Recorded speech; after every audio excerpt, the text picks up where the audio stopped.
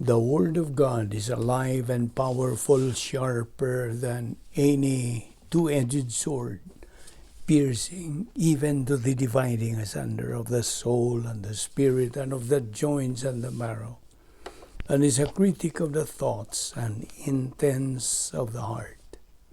Ang tibuok nga kasulatan gipaginahawa sa Dios ug may kapuslanan, alang sa pagpanudlo, alang sa pagpamadlong, alang sa pagpanulid, ug alang sa pagmatuto sa pagkamatarong. Aron ang tao sa Dios mamahingpit masinangkapan, alang sa tanang maayong buluhaton. Good day everyone, and yan usab kita ning atong adlaw nga pagtuon sa pulong sa Dios ubos sa Balbido Evangelistic Ministry.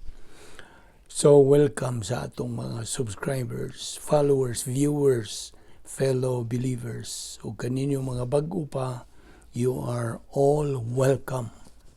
Just have an open mind sa inyong pagsalmot. Nining atong mahinungdanon nga buluhaton sa pagpakaon sa atong tagsa-tagsa kakalag ingon nga mga Kristohanon. Okay, so kailangan, as it is our custom, may I ask all of you, atong mga subscribers, kaninyong tanan, to pause for a moment and put yourselves in the presence of God. Let us set aside sa ang tanan nato mga suliran, mga kabalaka sa kinabuhi, mga negatibo nga mga pangunahuna sa sunod nga pipila ka mga gutlo nga diin atong duputan kining hilisgutan bahin sa Kristiyanong paagi sa pagkinabuhi. So, we need concentration while we assimilate God's truths. So, kanimo magtotoo, gamita karon ang unuhuan ununoybi nga prinsipyo, alang kanimo dili magtotoo, tumuo ka kang Ginoong Hesus, ug ikaw maluwas. Okay. Di ta maglangan, I presume nga ikaw andam na. Kagahapon, by the way, just to remind you nga ang uluhan sa atong hilisgutan nga pagtulunan mao ang the Christian way of life. Ang paagi sa pagkinabuhing Kristohanon. Ako kang ginginan kagahapon nga naghisgot pangita sa pagkamapahitason sa usa ka magtotoo. Ang usa ka magtotoo nga way doktrina, walay pulong sa Dios diya sa ang kalag, malagmit o dili kay malagmit kasagaran gyud mabiktima sila ni ining ingnon tang occupational hazard kini sa atong pagkakristohanon. Kining pagka-arugante, pagka-mapahitason. Now, kaya ang arrogance is self-glorification. Ang pagka-mapausanon, mao ni ang antithesis sa pagka-arugante. O ako ang gingan nga, ang kinalisdang grupos mga tao sa pagtudlo, ino na to nga the hardest people to teach mao ang mga arugante, ang mga mapahitason. Arrogant people are actually weak, ang labing tinuod. Humble people are strong, not weak. Inomdumi, ang ultimate arrogance ni Satanas. Inomdum ka sa iyang 5 I wills diya sa Isaiah. Diya sa Salmo 94, versikulo 4, they pour out arrogant words. All the evildoers are full of boasting. Now, diya sa Proverbio 8:13, ang Diyos nang himaraot, iyang gipanghimaraot ang pagkamapahitason. God hates pride and arrogance. Okay? So, hatong hisgutan ra guning mga inuntas sa mga sanga sa pag-arrogante, the branches of arrogance. Arrogance is egotism. Iyang kaugalingon ragyod ang iyang tutukan. Vanity. Unsa may pasubot sa vanity. This is self-admiration, excessive admiration sa iyang kaugalingon. Na hinubra nga pagtagad siyang kaugalingon. Ang pride is an assumption of superiority over others. Sa ito pa maingon siya nga, mas bintaha ako ni bisan kinsa. You see? Unsa man puning conceit. Kaya kina itong gisgutan, mga branches of arrogance. Unsa man conceit. Well, this is part of arrogance. An exaggerated estimate of one's looks or abilities or attainments. Now, ang pagka-arrogante God, matang kinis panguna-una. It is a mental attitude nga gipakita pinagi sa inunta moodiness or wide emotional swings, passive aggressive personality, being morose or sullen at times, being easily offended, and or condescending.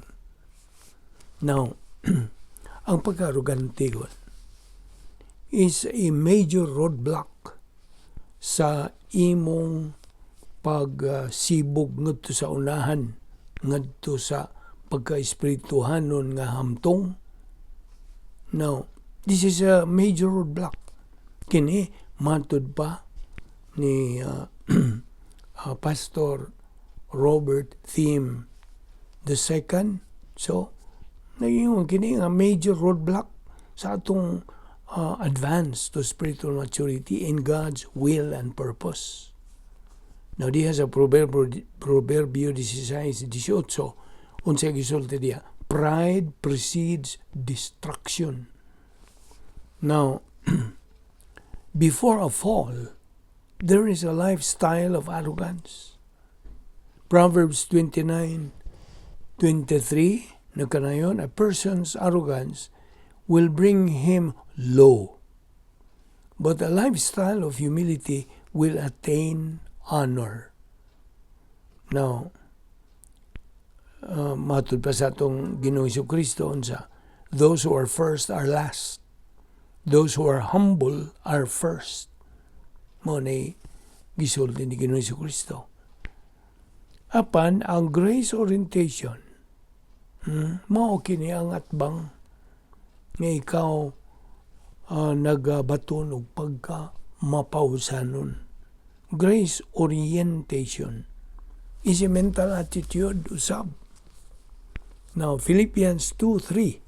Now I'm quoting verses here.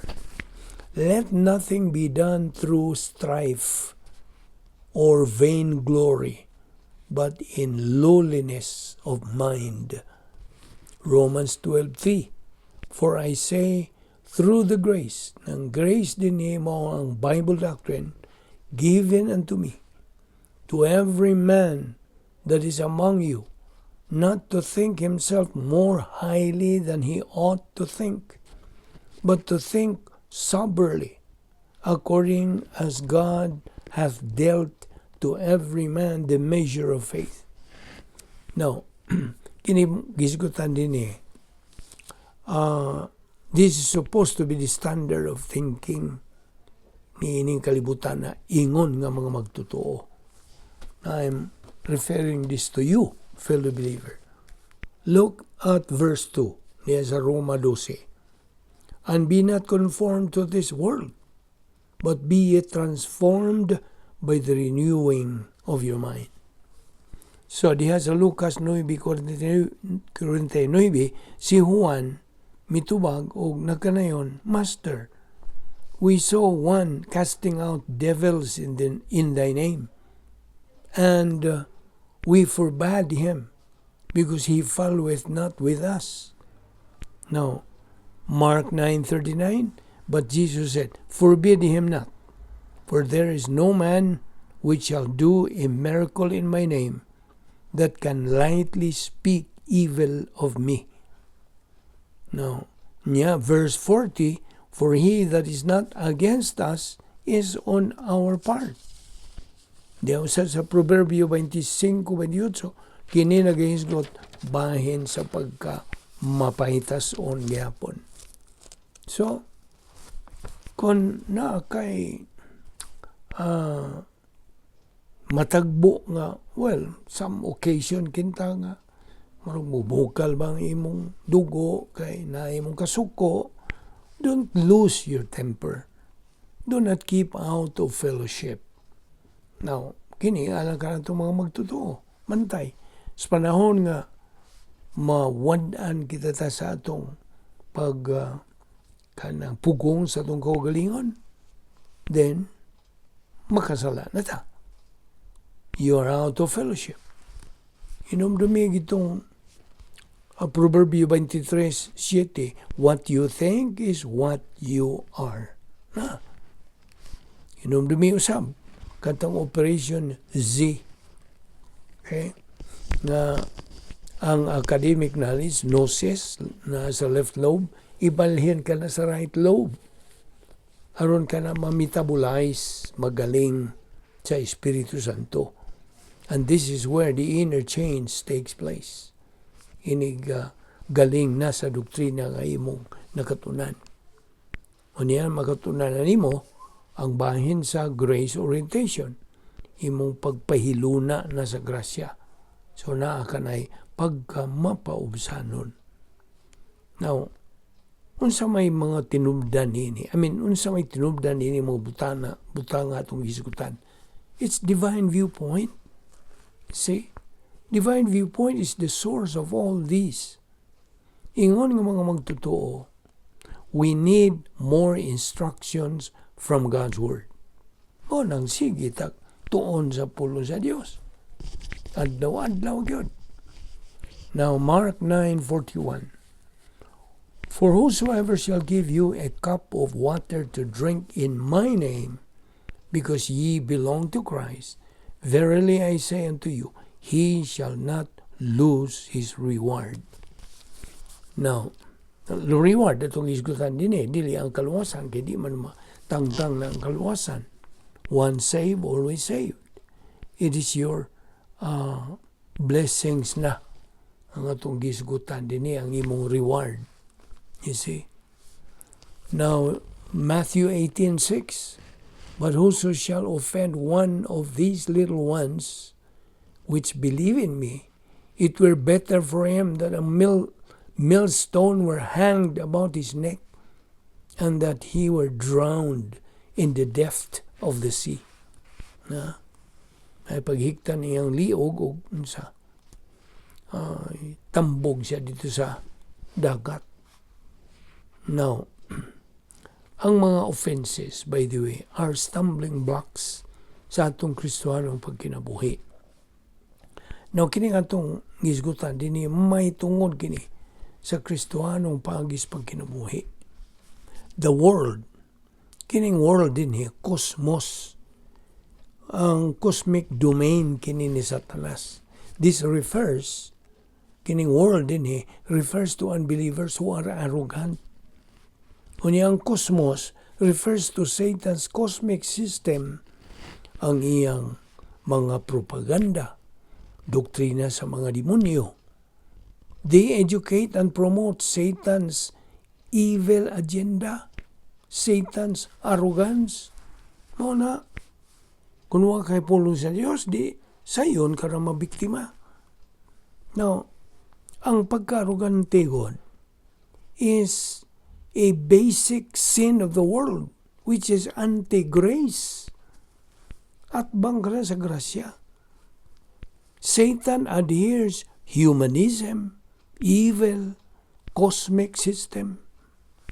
You see? Now, diha sa Matthew 18:6, diha ta sa verse 7, woe unto the world because of offenses. Kining offenses, gisgutan din these are stumbling blocks nga mao'y makapugong, can trip someone. These offenses. For it must needs be that offenses come but woe to that man by whom the offense cometh. Now, diha sa woe, kani judgment against the stumbling blocks ni, kining woe. And then diha sa Galatians 6:7, for what one sows, that shall he reap. Kung sa iyang gipugas, mo po iyang anihon. You see? Matthew 18 verse 8, eternal fire. Verse 9, fiery hell. See? Now, ang pagsalikway sa buhat sa kaluwasan ng gihimong Ginoong Hesukristo, ang pagsalikway ba nini is mocking God. Pagbiyay-biyay. In fact, rejection is the only unpardonable sin. Now, the Christian life is not who is the greatest, dili. Unsa man gyud bahin ang Kristiyanong paagis pa kinabuhi. It's about being great, an attitude of humility. The first will be last. The last will be first. John 3:18. He that believeth on him is not condemned, but he that believeth not is condemned already, because he has not believed in the name of the only begotten Son of God. Now, ang pagkamapausanon, humility, is a very simple way to acquire. It is being positive to doctrine, acquire divine viewpoint thinking, o ikinabuhi ni mo kini sa imong espirituhanong kinabuhi. Either ang usa ka magtutuo progresses, mo asenso, o retrogresses, mo us-us sa iyang espirituhanong kinabuhi. So it's a matter of choice again. Naragyo mo pagpili. So, mahimo nga ikaw will retrogress, us-us, sa espirituhanong pagkinabuhi, or unsa, you progress, mo asenso ka, mo padayon ka sa pagsibog ng sa unahan. Now, inundong ka diha sa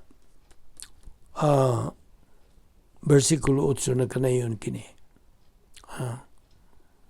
If your hand causes you to offend you, cut it off. Mark 9:48, where their worm dieth not, is the fire is not quenched. Verse 49, if thine eyes offend thee, pluck it out. Now, Matthew 18:8, wherefore if thy hand or thy foot offend thee, cut them off. Verse 9, and if thine eye offend thee, pluck it out and cast it from thee. It's better for thee, etc. etc. Kini metaphorical, dili ni literal. Iwan din na, ha? So, ako malikon. Metaphorical gini, dili literal. Dili literal nga imong, unsa, imong, sabi tawag sa binisya ka ng imong lingwaton, ka imong mata kung magkasala. Dili. Here is the analogy. These verses do not emphasize self-mutilation, penance, or unsa pa. Kini, subterfuges ni in the cosmic dynasphere. Kini bang pagpenitensya, kini pagsakit lang kaugan, kini gitawag og self-flagellation, kini anti-grace. Supak kini sa grasya. Ehemplo, our troops in the battlefield who cut off any of their body parts. It's better to have that malady than to go to hell with all body parts. See? Now dito sa Linaw Kalayo, their fire is not quenched. Matur pa sa Mark 9:49. Kang kining quenched is binomi. Kini ang Grigong pulong. Binomi, not to be extinguished. Dili paungon.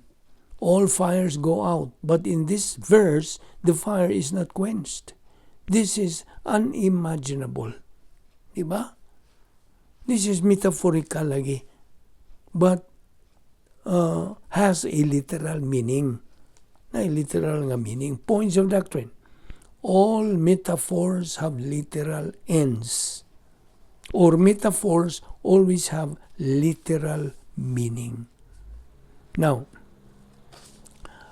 bahin og kanang impyerno, linaw sa kalayo, about hell, where unbelievers are finally consigned. Imo kining mabasa is Mateo 23:33, Lucas 12:5, 2 Pedro 4:2, pinadayag 19:20, ug pinadayag 21:8. Mao ko na kanay mga bersikulo nga diin imo makita kana bahin sa linaw sa kalayo. Diya pag yun sa Marcos 9:48a, their worm does not die. Now, in the valley of Hinnon, kini ang garbage dump dito sa Jerusalem. Their worms are dumped there. Okay? Kung sa may analogy nini, fire and worm is an unending torment in the lake of fire.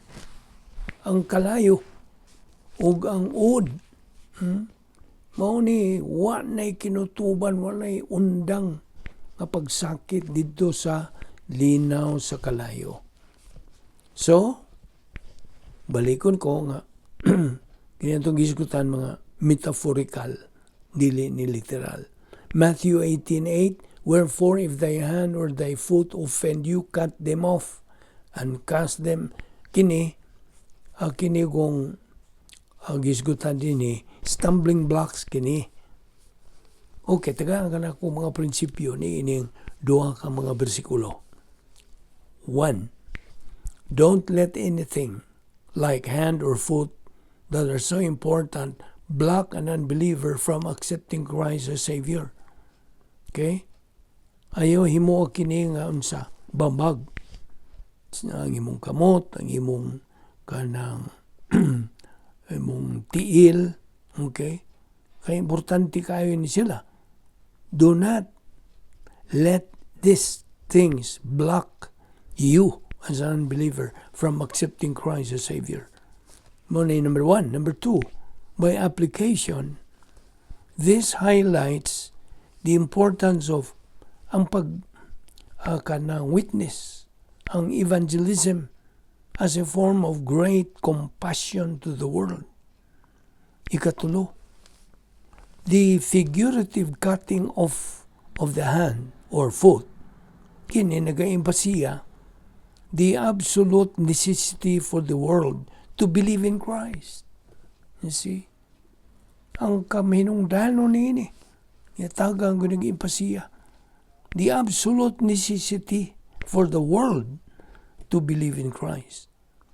Ikaupat, kung naayo sa katao nga namiligro of going to the eternal fire, then he should cut off his hand or foot before that happens.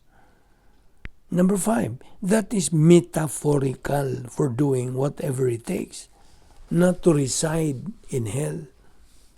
Nya, ikaw ang pagputol gud sa kamot ug sa tiil are not literally necessary for salvation. Ang mga buhat, ang mga binuhatan do not gain salvation. Even such work, sama sa pagpinitensya o ang gitawag og terrible sacrifice, dili, wag ginilabot. You see? Ikapito, ang pagputol, the cutting off, nagarepresentar kinig short-term suffering versus forever suffering.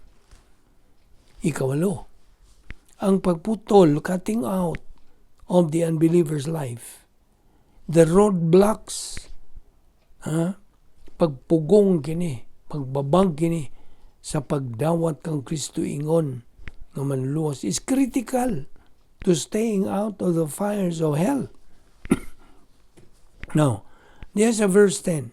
Take heed that ye despise not one of these little ones. They are extremely important to God, kining little ones.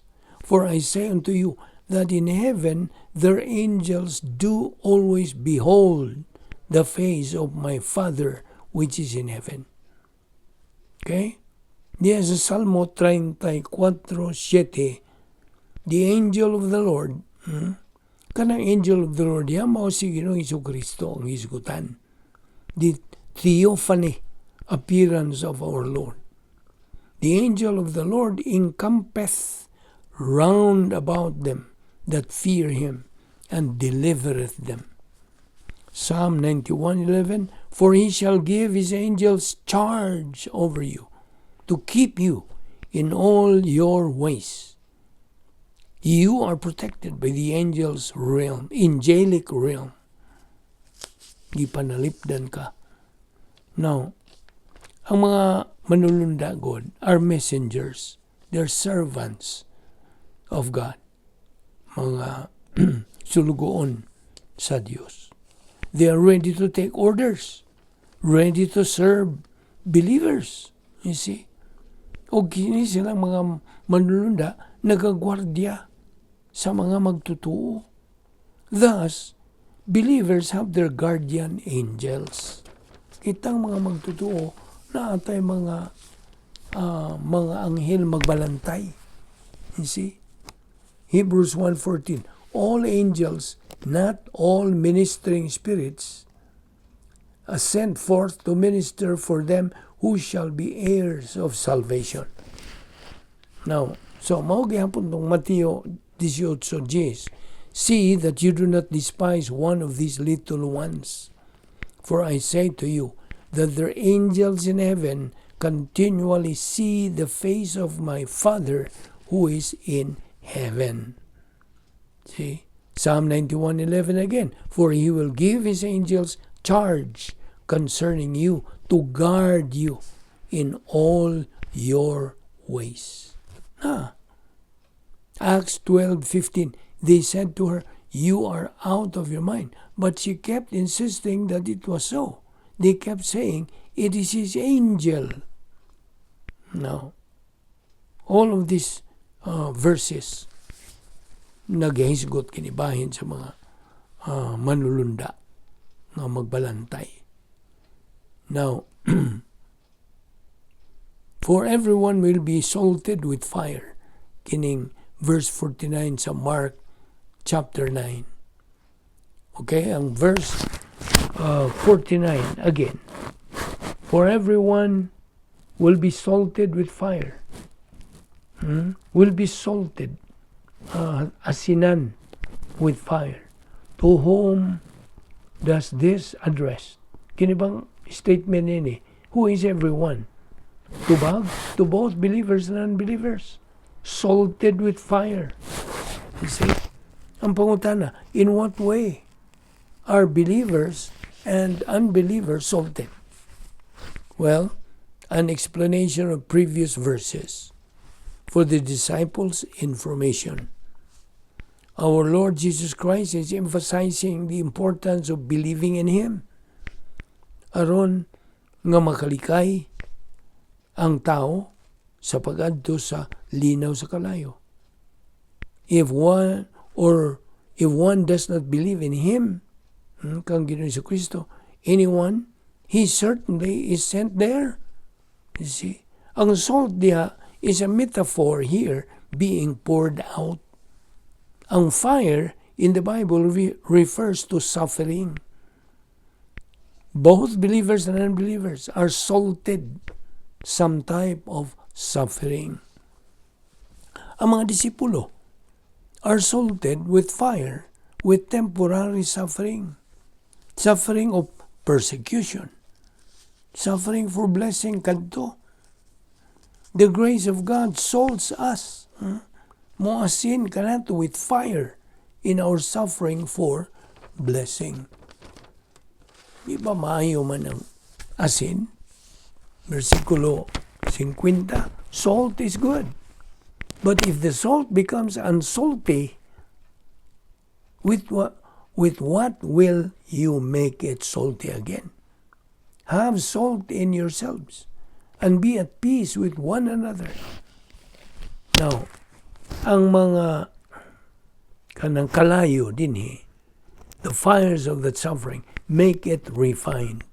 Refined in our humility. Atong pagkamapausanon, we become grace-oriented. Now, ayaw na ni kalimti, pag-isgog ka nitag pagkamapausanon, ang synonym nini is grace-oriented. So, kung ikaw nakabaton na sa pagkamapausanon, gumikan sa doktrina nga mo'y hatag kanimo to enable you to have that genuine humility diyan sa imong kalag, then nagasugod ka na diha sa saka sa imong espirituanong pagkinabuhi. You see? So Mark 9:50 again, salt is good. But if the salt becomes unsalty, with what will you make it salty again? Have salt in yourselves, and be at peace with one another. So, ang mga disipulo sa atong Ginoong Jesucristo have to maintain their saltiness. Be humble. To be humble. Tungod kay ang asin ko nagapreserbar sa ilang espiritualong kinabuhi, taliwa sa ilang pag-antos. The salt preserves their spiritual life with fire and go through the trials of life. So, there's a 1 Peter 1:7, so that the proof of your faith, being more precious than gold, which is perishable, even though tested by fire, may be found to result in praise and glory and honor at the revelation of Jesus Christ. So, may takop sa pagsulti ang atong Ginoong Jesucristo this, by the parable of the lost sheep.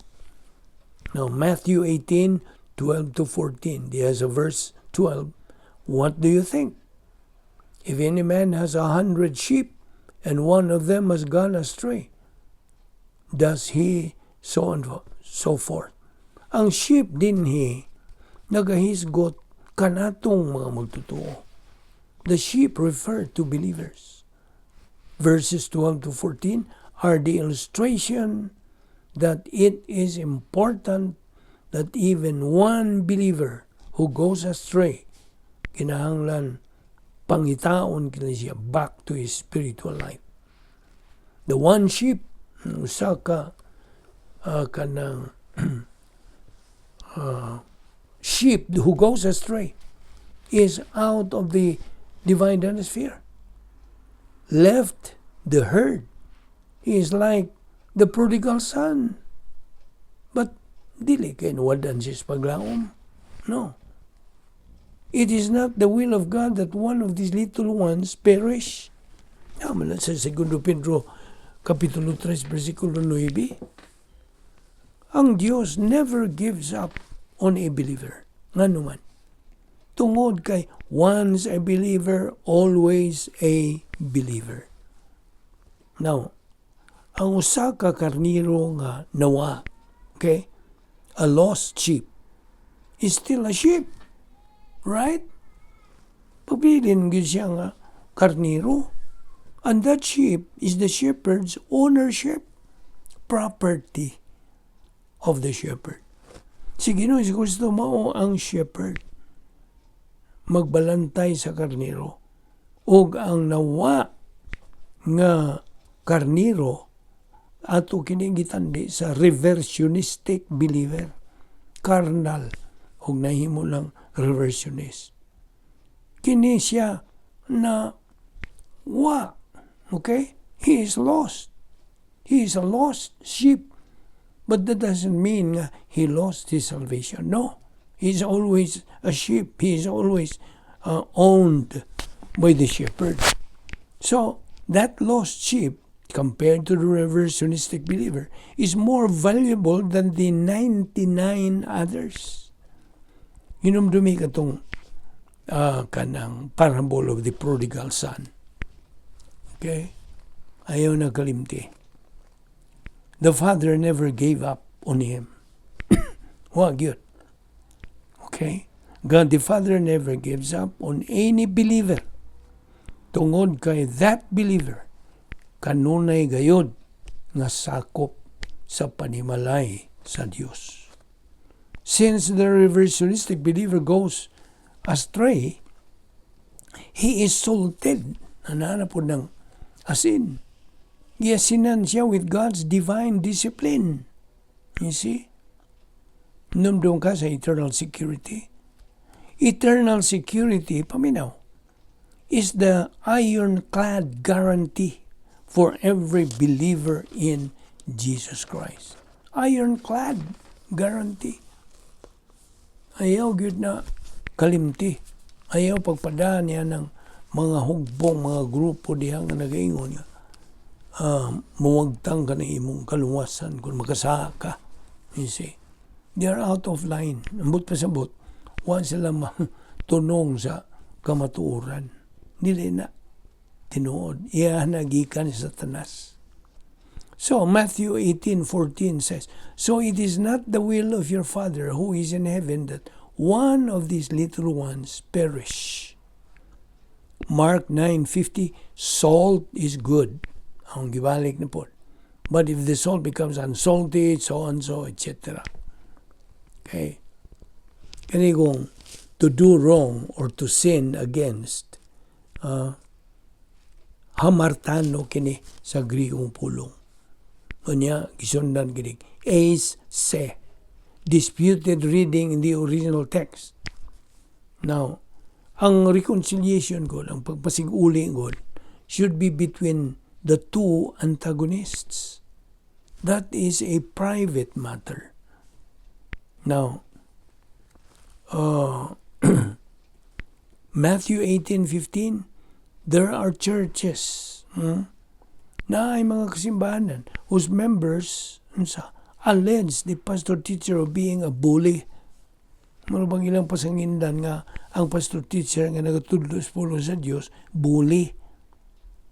Actually, there is no such thing as a bully pastor teacher. God's word corrects, instructs, etc. 1 Corinthians 6:7. Actually then, it is already a defeat for you that you have lawsuits with one another. Why not rather be wronged? Why not rather be defrauded? Okay? So, niya na po ning Grigong pulong, ang ileg ko to bring to light, to expose. Okay? Monos in private alone. Solve the problem in private. So, Matthew 18:15, nagaingon, if your brother sins, go and show him his fault in private, monos. If he listens to you, you have won your brother. Kining won din he is kerdaino. Kining mga Grigong pulong, the original languages magigamit. So Matthew 18:15 again, if your brother sins, go and show him his fault in private, monos. If he listens to you, you have won your brother, kerdaino.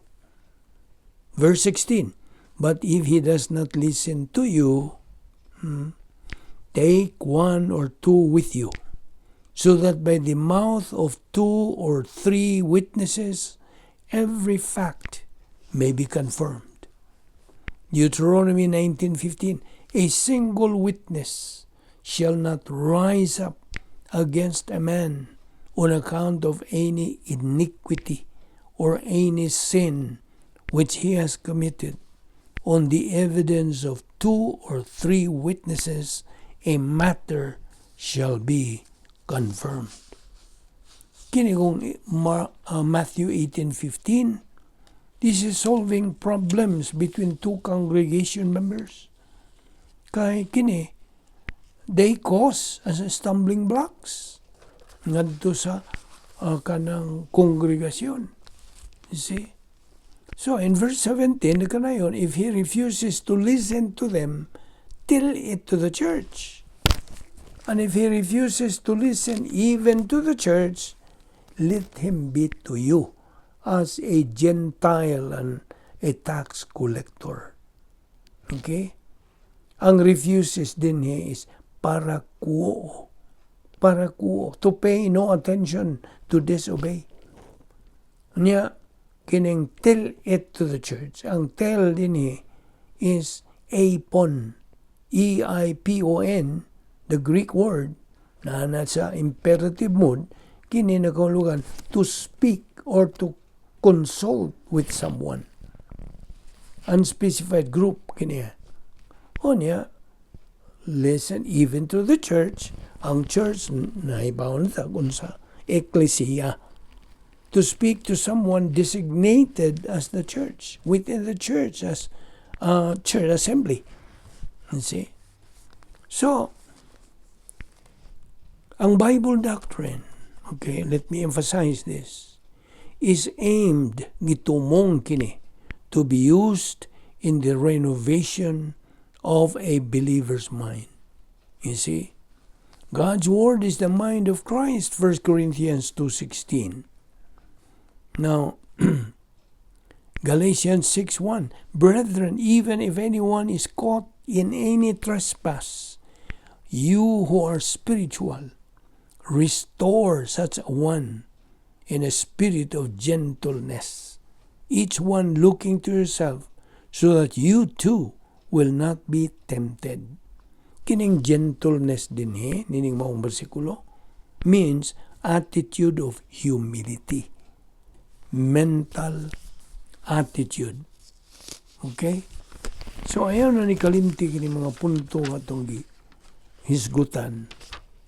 Kining authority orientation. Ang imong pagkahiluna, pagkasayod, pag-ila sa bisag unsang otoridad. Authority orientation ng atong hisgutan.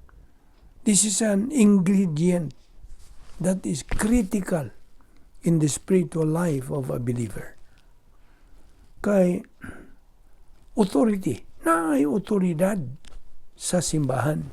Authority rests in a local church too. Kinsa man ang otoridad? Ang pastor-teacher. Pastor magtutudlo. Now, of course, the congregation is kanang to pay attention, to obey.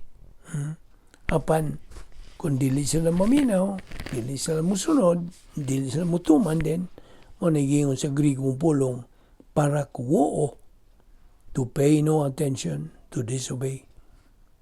So, aimi, here comes aimi, E-I-M-I, let him be.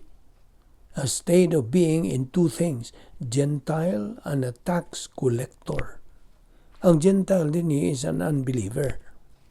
Ang tax collector is ostracized person in society. Murag kanang ipangimaraot ba? Kanang sana this ostracized ba? Okay? Wa siya dawata sa katilingban. Like Matthew himself. You see? So, ato ning ipadayon ugma sa atong paghisgot bahin ining Kristohanong paagis pagkinabuhi. Salamat o Dios nining grasya nga mong hisgutan nining adlaw. Inaot nga kini mahimo gayud nga panalangin sa among kinabuhi. Salamat niya mong Bible study pinagi sa YouTube sa Balbido Evangelistic Ministry. Kining tanan na mong ipasalamatan sa ngalan ni Ginoong Hesukristo. Amen.